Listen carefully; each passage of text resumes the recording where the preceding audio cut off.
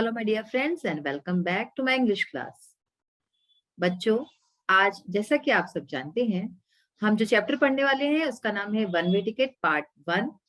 One way ticket हमने last session में start कर दिया था चैप्टर। इसमें कुछ फ्रेंड्स की स्टोरी है जो कि उनके हमने बारे में पढ़ा था कि वो किस तरह से दिखते हैं, क्या कपड़े पहनते हैं, उनकी एज क्या है, इस तरह की चीजें हमने पढ़ी थी। आज हम और पढ़ेंगे कि स्टोरी में आगे क्या होता है। तो आइए पढ़ते हैं chapter one way ticket part 1। तो as you all know, we have read about Kishto, Bishni, Lambu and Krishna in our last session. हमने इन 4 बच्चों के बारे में अपने पिछले सेशन में पढ़ा था। अब और किसके बारे में बात लिखी है, आइए पढ़ते हैं। Then we have little Gittu who is 12। फिर हमारे पास है छोटा सा गिट्टू जो कि 12 साल का है।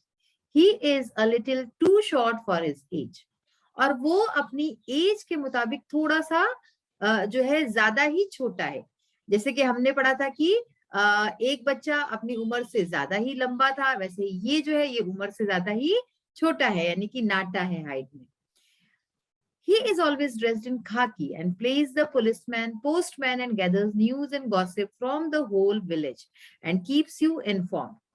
तो ये जो बच्चा है गिट्टू, ये क्या करता है, ये हमेशा खाकी ड्रेस में आपको दिखेगा। खाकी रंग, खाकी कौन सा कलर होता है जो कि पुलिसमैन, पोस्टमैन ये लोग पहनते हैं। And plays the policeman postman लिखा भी है ना, उसकी तरह से वो उनकी तरह से वो करता है। एंड गैदर्स न्यूज, न्यूज इकट्ठी करता है वो। गैदर यानी इकट्ठा करना, उसको कलेक्ट करता है। एंड गॉसिप, गॉसिप यानी मैंने आपको पिछले सेशन में बताया भी था कि जो इधर उधर की बातें होती हैं, है ना, उस तरह की जो चीजें होती हैं उसको गॉसिप बोलते हैं। तो न्यूज और गॉसिप को इकट्ठा करता है फ्रॉम द होल विलेज, पूरे गांव से उसको इकट्ठा करता है। एंड कीप्स यू इन्फॉर्म, और इस तरह से आपको इन्फॉर्म्ड रखता है, यानी कि आपको हर तरह की जानकारी वो देता है। Well they plan to go over to the next village Dholpur by bus. अब यहाँ से कहानी स्टार्ट होती है। अब क्या होता है, ये लोग प्लान करते हैं, ये लोग एक योजना बनाते हैं कि उनका जो अगला गांव होता है, to go over to the next village Dholpur by bus. Bus से उनका जो गांव है उसका अगला गांव होता है ढोलपुर, वहां जाने की वो प्लानिंग करते हैं। They decide to take Sheru the dog with them. तो वे लोग ये डिसाइड करते हैं कि वो अपने साथ शेरू जो कुत्ता है उसको भी ले जाएंगे। The plan is to go next Sunday. उनका प्लान होता है कि अगले संडे को, अगले रविवार को वे लोग बस से वहां जाएंगे, ढोलपुर जाएंगे। There is a fair in Dholpur and they want to see it. Dholpur में एक जो है फेयर यानी कि मेला है और वो सब उसको देखना चाहते हैं। It has caterpillar train rides, the cars that you can drive through a maze and there are horse rides too. तो अब जैसे कि मेले में होता है वैसे ही वही सारी चीजें उस मेले में भी थी। उस मेले में क्या होता है, it has caterpillar train rides. Caterpillar जो होता है ना उसकी शेप की ट्रेन होती है और उसमें राइड्स होती हैं। कैटरपिलर कौन होता है, जो बटरफ्लाई होती है। बटरफ्लाई किससे बनती है, कैटरपिलर, पहले कैटरपिलर से फिर बटरफ्लाई बनती है ना, तितली जो होती है। तो कैटरपिलर का शेप का ट्रेन होता है, उसकी राइड्स होती हैं। Cars that you can drive through a मेज, ऐसी कार्स, छोटी छोटी सी कार्स होती है जो कि आप खुद चला सकते हो थ्रू अ मेज। मेज यानी कि छोटी छोटी सी रास्ते होते हैं, उसमें से आप चला सकते हो कार खुद से। And there are horse rides too, और उसके साथ ही वहां पे घोड़े की सवारी भी है। You can see real fish in a small aquarium. वहां पे आप सच की मछलियां देख सकते हैं छोटे से एक्वेरियम में। एक्वेरियम क्या होता है, जहां पे हम मछलियों को रखते हैं, ठीक है ना। कई लोग मछलियों को पालते हैं घर में, आप हो सकता है आप में से कई बच्चे हो जिनके घर में फिश हो। तो एक्वेरियम में बड़े बड़े से एक्वेरियम होते हैं, छोटे भी होते हैं, उसमें फिश को रखा जाता है। तो वहां पे इस तरह से लाइव फिश होती है, real fish. Merry go round, merry go round, giant wheel and हंसी घर। तो आपने देखा होगा ऐसे बड़े बड़े से झूले होते हैं, है ना। मैरी गो राउंड होता है, उसमें बच्चे बैठ के झूलते हैं, बच्चे बड़े। जायंट व्हील्स और हंसी घर, यानी कि उसमें देख के आपको हंसी आती है। अजीब अजीब तरह के शीशे होते हैं, कोई नाटा दिखता है, कोई मोटा दिखता है, ऐसे होता है ना। तो वैसे हंसी घर, ये सब चीजें उस मेले में देखने को मिलती थी। They asked their parents for some money for the rides.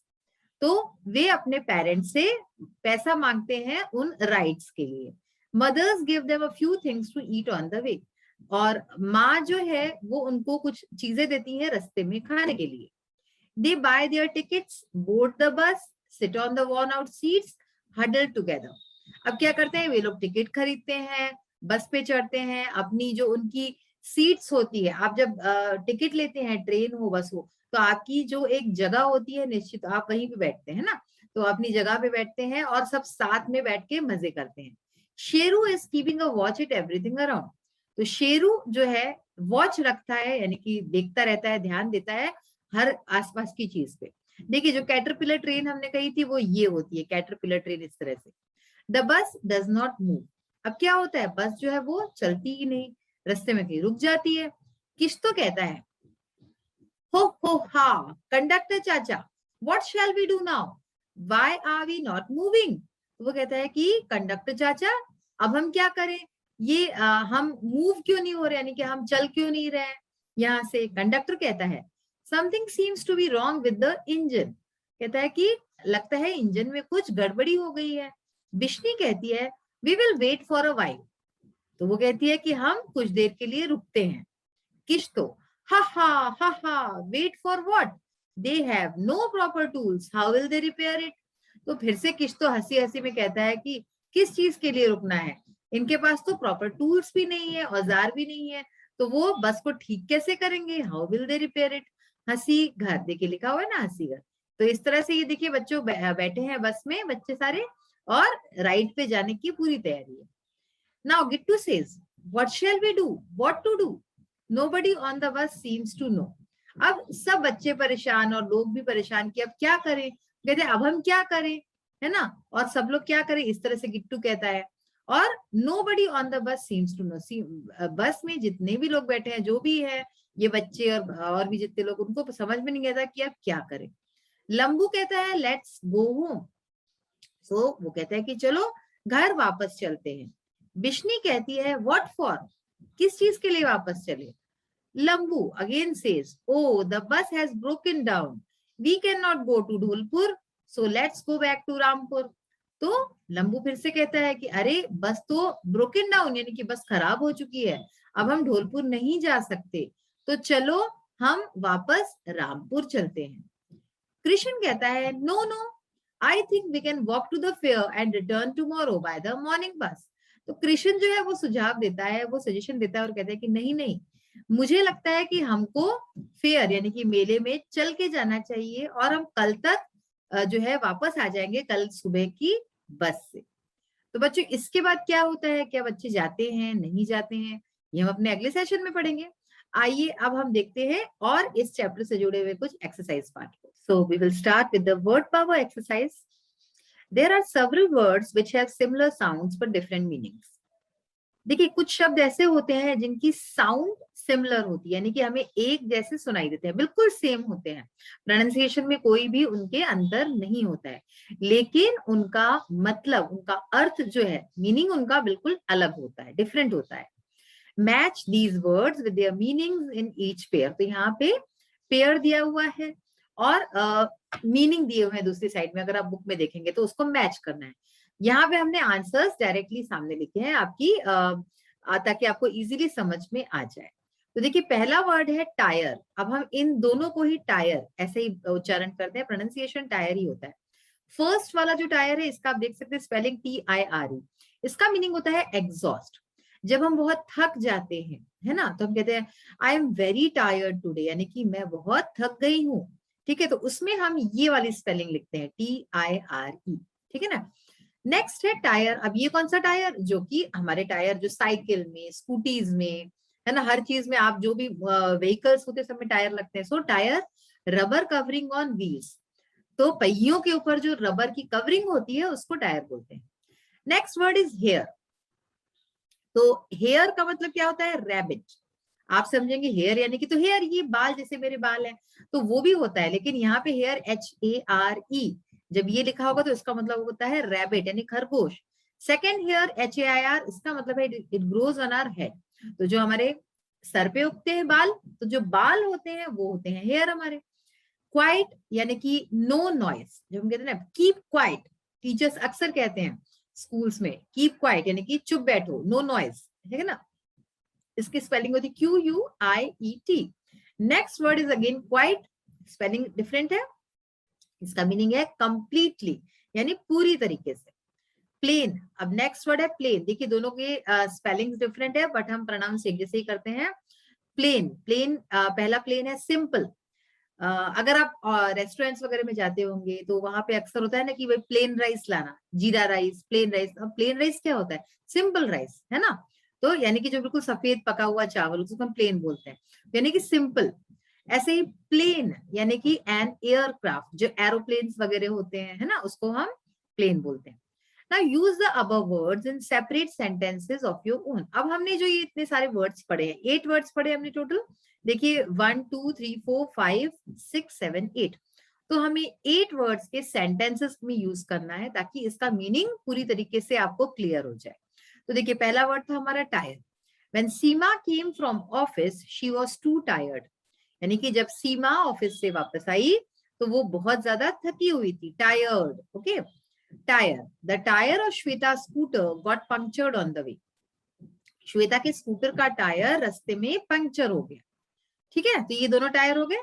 Hair, a hare is fond of eating carrots, यानी कि हेयर यानी खरगोश को, खरगोश जो है कैरेट्स यानी गाजर खाने का शौकीन होता है ना, उसको गाजर बहुत पसंद होते हैं। Hair, Ranju is suffering from the problem of hair loss, यानी कि रंजू हेयर लॉस यानी कि जो बाल हमारे गिरते हैं ना, हेयर लॉस के प्रॉब्लम से वो गुजर रही है। Quiet, the students became quiet as the teacher entered the classroom. बच्चे जो है बिल्कुल चुप हो गए जैसे ही टीचर ने क्लासरूम में एंटर किया। Quite, it is quite an easy job, यानी कि ये एक बहुत ही कंप्लीटली इजी जॉब है, आसान जॉब है। प्लेन, शी वोर अ प्लेन ड्रेस, उसने एक प्लेन सा सिंपल सा ड्रेस पहना हुआ है। Plane, it was Shams first experience to travel in a plane, यानी कि वो शाम का पहला एक्सपीरियंस था, पहला अनुभव था एक प्लेन में यात्रा करने का। तो आई होप कि आपको ये सारे मीनिंग्स अच्छे से समझ में आ गए होंगे इन सारे वर्ड्स के। Now grammar in use, grammar पढ़ते हैं। Combine the sentences given below using who, what, when, which और वेयर। तो हमें इन शब्दों का यूज करके दो सेंटेंसेस है उनका कंबाइन करना है, यानी कि एक में जोड़ना है। सेंटेंसेस जो है वो अब देखते हैं। सबसे पहले हम इनका मीनिंग जानते हैं। हु यानी क्या होता है? हु यानी कौन, व्हाट यानी क्या, व्हेन यानी कब, विच यानी कौन सा, और वेयर यानी कहाँ। देखिए, Ranjana wants to buy a book, Ranjana book खरीदना चाहती है। Ramu has the same book, Ramu के पास वही बुक है, वही किताब है। अब यहाँ पे हमें विच का यूज करना है, हमारे पास वर्ड्स भी इन्होंने दे रखे हैं तो विच का यूज करना है। Ranjana wants to buy a book which Ramu है। देखिए, Ranjana wants to buy the same book which Ramu है। इस तरह से आप इसको कंबाइन करेंगे। ठीक है, mother went to market, Ramu was sleeping। तो यानी कि मदर, माँ मार्केट गई, माँ बाजार गई, रामू सो रहा था। अब यहाँ पे when यानी कि जब, देखिए जैसे मैंने बताया when यानी कि हम जब क्वेश्चन में उसका यूज करते हैं तो उसका मतलब होता है कब। जब यहाँ पे यूज कर रहे हैं तो इसका मतलब हो जाएगा जब। ठीक है, तो आप एक चीज देखिए कि जब हम सेंटेंस को कंबाइन कर रहे हैं तो बीच का फुल स्टॉप हमारा हट जाता है। ठीक है ना। मदर वेंट टू मार्केट, देखिए पहला सेंटेंस वैसा का वैसा आ गया। Mother went to market when Ramu was sleeping. ठीक है, यानी कि माँ बाजार गई जब रामू सो रहा था।